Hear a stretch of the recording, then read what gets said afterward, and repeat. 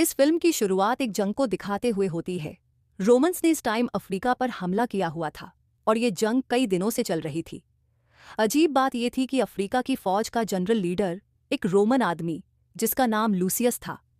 जंग में लूसियस की वाइफ भी उसका बराबर साथ दे रही थी, पर वो रोमन्स के हमले में मारी जाती है। रोमन्स की तादाद वैसे भी ज्यादा थी और वो पहले से भी अफ्रीका पर भारी पड़ रहे थे, लेकिन लूसियस और उसकी वाइफ की हिम्मत और हौसले ने उन्हें रोक रखा था।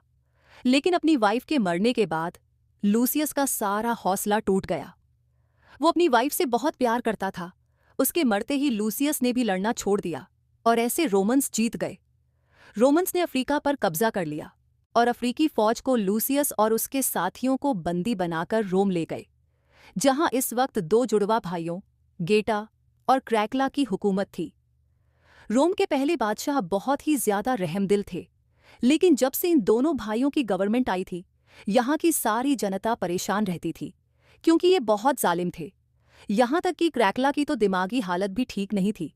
जनरल मार्कस की लीडरशिप में इन्होंने ये जंग जीती थी। जीतने के बाद गेटा एक प्रोग्राम रखता है अपनी और अपनी जनता की इंटरटेनमेंट के लिए। ये एक फाइटिंग प्रोग्राम था जिसमें लूसियस और उसके लोग अपने दुश्मनों का सामना करने वाले थे। उनका सामना खूंखार बंदरों से था। लूसियस समेत बहुत सारे कैदियों को जंग के इस मैदान में लाकर छोड़ा जाता है। यहाँ लूसियस को उसके बचपन का फ्लैशबैक आया। उसे ऐसा लगा कि जैसे ये जगह जानी पहचानी है, वो यहाँ रहता हो। उसे याद आया कि बचपन में जब वो छोटा था तो इसी मैदान से उसकी मॉम ने उसे कुछ सोल्जर्स के साथ यहाँ से भेज दिया था। प्रेजेंट में देखने को मिलता है कि यहाँ जंग के मैदान में जंग शुरू हो गई थी। दुश्मन सोल्जर्स के ऊपर बंदरों को छोड़ दिया गया था, जो खूंखार बंदर हमला करके बहुत सारे सोल्जर्स को मार चुके थे। उनके मारने का अंदाज ऐसा था कि सोल्जर्स अपने आप को बचा भी नहीं पा रहे थे। लूसियस और उसके साथ के एक दो साथी पहले दूर खड़े हुए यह नज़ारा देखते रहे और फिर अपनी हिम्मत, अक्ल और बहादुरी से उन्होंने आगे बढ़कर उन बंदरों का मुकाबला किया। पीछे से उनके ऊपर हमला करते हुए उन्हें काबू कर लिया। आखिरकार ये लोग उन्हें मारने में कामयाब हो गए। यहाँ हम नोटिस करते हैं कि लूसियस को लड़ते हुए रोम के एक्स जनरल मैकन बहुत ही गौर से देख रहे थे और इस गेम के खत्म होते ही वो लूसियस को अपने पास भी बुलाते हैं। वो लूसियस से मिलते ही पहले उसकी तारीफ करते हैं। वो उसे कहते हैं, मैंने तुम्हारी ताकत देखी है और उसे देखते हुए मैं ये चाहता हूं कि तुम मेरे लिए लड़ो, मेरे ग्लेडिएटर बन जाओ, जिसके बदले में मैं तुम्हें एक बहुत ही अच्छी जिंदगी दूंगा। वरना तुम जानते तो हो कि यहाँ कैदियों के साथ क्या बर्ताव किया जाता है। जनरल मेकस का ऑफर बुरा नहीं थी, लेकिन इस ऑफर को सुनते ही लूसियस हंसने लगा। लूसियस ने कहा, मैं यहाँ जनरल मार्कस की मौत के लिए आया हूँ। मुझे उसका सिर चाहिए क्योंकि उसने मेरी बीवी को मारा है। ये सुनते ही जनरल उसे कहते हैं, तुम्हारा काम मैं करूंगा, तुम्हें मार्कस का कटा हुआ सिर मिल जाएगा, लेकिन इसके बदले तुम मेरी बात मानोगे। सीन कट होकर अब हमें जनरल मार्कस को उनकी वाइफ लुसिला के साथ दिखाया जाता है। लुसिला रोम की क्वीन थी। यह रोम पहले उसके डैड का था और उसके डैड के मरने के बाद ये सारा रोम लुसिला के हस्बैंड को दे दिया गया, जिसकी एक जंग में मौत हो गई।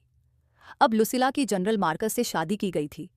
जनरल मार्कस लुसिला से बात कर रहे थे कि अब इस राज्य के किंग वो हैं, गेटा और क्रैकला नहीं। इसलिए उन्होंने उन दोनों को मारने का प्लान किया है और कुछ दिन बाद गेटा और क्रैकला के खिलाफ एक बड़ी जंग करने वाले हैं। सीन कट होकर हमें दिखाया जाता है कि लूसियस को दोबारा एक ग्लेडिएटर प्रोफेशनल फाइटर से लड़ने के लिए बुलाया गया था और ये फाइट भी सिर्फ यहाँ के एम्परर्स मेरानो की इंटरटेनमेंट के लिए रखी गई थी। इस बार जो ग्लेडिएटर लूसियस के मुकाबले में आया था वो सालों से चैंपियन रहा था और आज तक उसे कोई हरा नहीं पाया। इसी वजह से वो लूसियस पे भी भारी पड़ रहा था, लेकिन लूसियस ने भी हिम्मत नहीं हारी। पहले अपने डिफेंस के लिए लड़ा और फिर सामने वाले ग्लेडिएटर की कमजोरी को भांपते हुए, उसके हाथों को कंट्रोल करते हुए उसी के चाकू से उसे स्टैब करके मार देता है। ये वो टाइम था जब सब हैरानी से खड़े हो गए थे। लूसियस ने अब तक के सबसे एक्सपीरियंस ग्लेडिएटर को मार डाला था। गेटा भी इस टाइम लूसियस से इम्प्रेस होकर उसकी तारीफें करने लग जाता है। गेटा की तारीफ के जवाब में लूसियस ने यहाँ उसे एक पोयम कही। ये पोयम बचपन में उसे उसकी मॉम ने सुनाई थी और ये रोमन लैंग्वेज में थी। सभी इस पोयम को सुनकर हैरान हो गए और फौरन जनरल मार्कस भी आ गए। यहाँ से लूसियस को जेल में ले जाया गया। उसके जाने के बाद उन्होंने लूसियस से सवाल किया, आखिर तुम कहाँ से हो, तुम पैदा कहाँ पे हुए थे? क्योंकि अब ये पोयम सुनने के बाद उन्हें भी शक होने लगा था कि कहीं ये लुसिला का बेटा तो नहीं।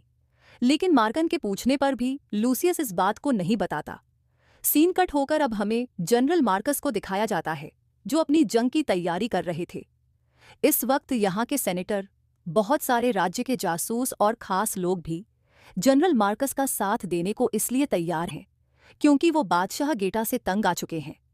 जनरल मार्कस इन सबको बताते हैं कि उन्होंने अपनी एक फौज बनाई है जिसमें लगभग 6000 आदमी हैं और वो उसी फौज के जरिए इस महल के ऊपर हमला करवाएंगे।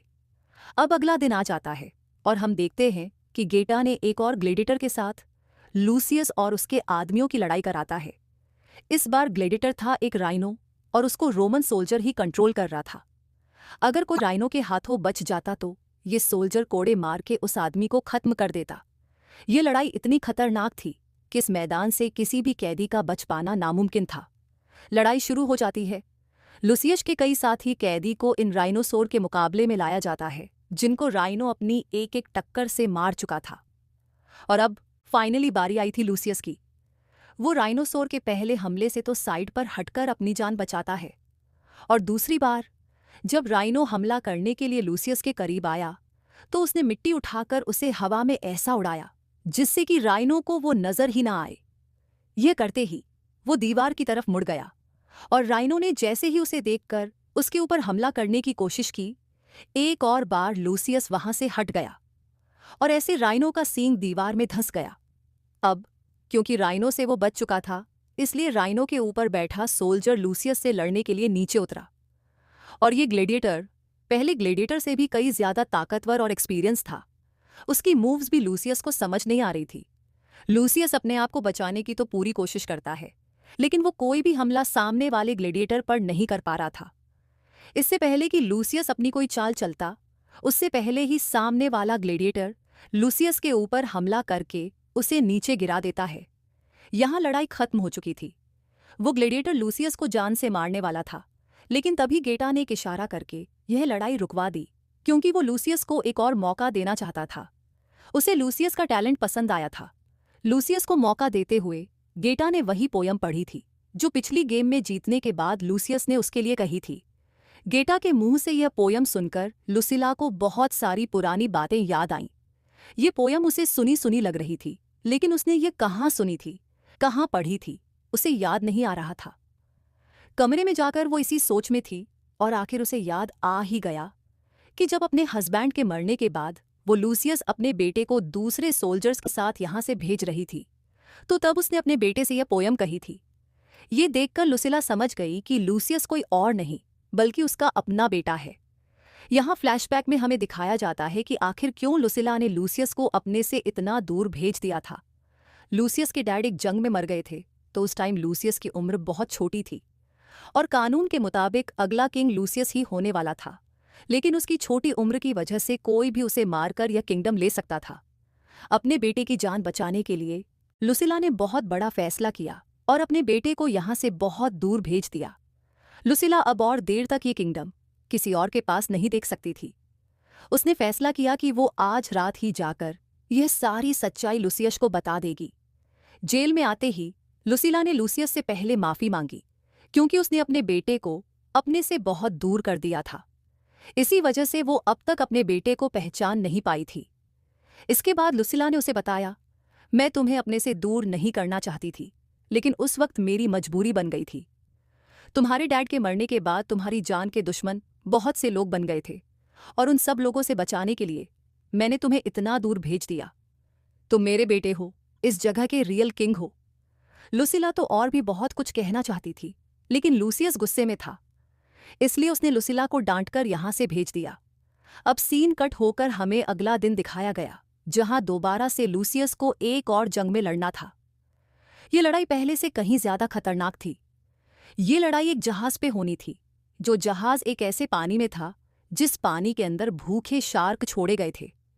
अगर लूसियस हार जाता तो उसे पानी में फेंक दिया जाता, और अगर वो लड़ते लड़ते अपना बैलेंस खराब करके पानी में गिर जाता तो शार्क उसे खा लेती। इस बार भी वो बहादुरी से लड़ता है और अपने सामने वाले ग्लेडिएटर को मार देता है। वो एक तीर को 2 बार उठाता है और जनरल मार्कस की तरफ फेंकता है। उसने ये वार इसलिए किया था क्योंकि जनरल मार्कस ने उसकी बीवी को मारा था और वो यहाँ पर सिर्फ जनरल मार्कस को मारने के लिए ही आया था। यहाँ पर लूसियस का निशाना चूक गया और तीर गेटा की कुर्सी पर लगता है। यहाँ पर मरा तो कोई भी नहीं, लेकिन जनरल मार्कस अपनी सिक्योरिटी के चलते यहाँ से उठ गए। वो अपने कमरे में गए तो हमने देखा वो अभी भी अपनी जंग की तैयारी में लगे हुए हैं।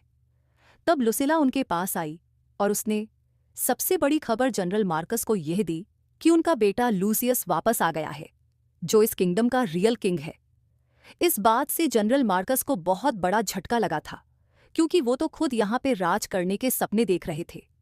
खैर, देखने को मिला कि इनकी ये बातें चुपके से एक मेड ने भी सुन ली और उसने जाकर ये बात जनरल मैकन को बताई, जो यहाँ के पुराने जनरल हैं और जिन्होंने लूसियस को शुरू में अपना ग्लेडिएटर बनने का ऑफर भी दिया था। अब ये जनरल और स्पाई, जिनको खबर मिली थी कि लूसियस लुसिला का बेटा वापस आया है, वो ये खबर जाकर यहाँ के किंग गैटा और क्रैकला को दे देते हैं। यानी उन्होंने जनरल मार्कस को धोखा दे दिया था और सारी बातें जाकर किंग को बता दी थीं। पहले तो जनरल मार्कस बगावत करने वाला है और आपसे जंग करने वाला है इस किंगडम के लिए, और दूसरी खबर उन्होंने यह दी थी कि लुसिला का बेटा वापस आ चुका है, जो अब उनसे यह किंगडम छीन लेगा। ये सुनकर इन दोनों को गुस्सा आ गया और गैटा ने फौरन लुसिला और जनरल मार्कस को कैद करवा दिया। सीन कट होकर हम जेल में लूसियस को देखते हैं, जिसके पास एक सोल्जर बैठा हुआ था। ये सोल्जर उसे यहाँ की पुरानी कहानियां बता रहा था, यहाँ के पुराने ग्लेडिएटर्स, जिसमें उसके डैड का नाम भी था मैक्सिमस। लूसियस इस आदमी के जरिए अपने डैड के बारे में और भी बहुत कुछ जानने की कोशिश करता है और यह आदमी उसे उसके डैड के बारे में बताते हुए एक ऐसी जगह पर ले जाते हैं जहां पर उसके डैड का आर्मर और उनकी तलवारें रखी हुई थीं। इन्हें देखकर लूसियस को काफी सारे अपने बचपन के फ्लैशबैक्स याद आए थे और उसे यकीन आ गया था कि लुसिला झूठ नहीं बोल रही, वो खुद मैक्सिमस और लुसिला का बेटा है। अगले दिन दिखाया जाता है कि बादशाह गैटा ने दोबारा एक और जंग रख दी है। वही जंग, वही फाइटिंग प्रोग्राम जो हर रोज वो एंटरटेनमेंट के लिए रखते हैं, और इस बार उसने लड़ने के लिए बुलाया है नए कैदी को, जो कि और कोई नहीं बल्कि जनरल मार्कस ही है।